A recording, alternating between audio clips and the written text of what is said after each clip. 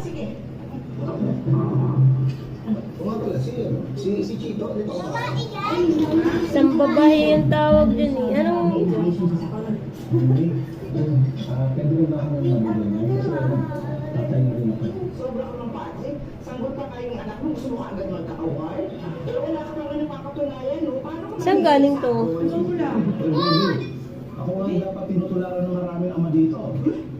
Marunong ko magbalik ng lang habang nagpapatulong.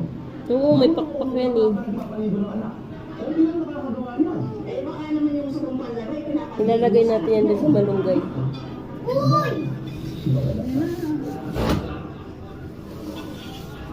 Wala kong gagawin pa dyan sa buwan. Easy, Maris. Saka meron bang abang ganun magpangalan sa anak niya? Bakit? Ano ba pinangalan ko sa anak ko? Uy, uy, uy! Mapunta na! Saka pupunta.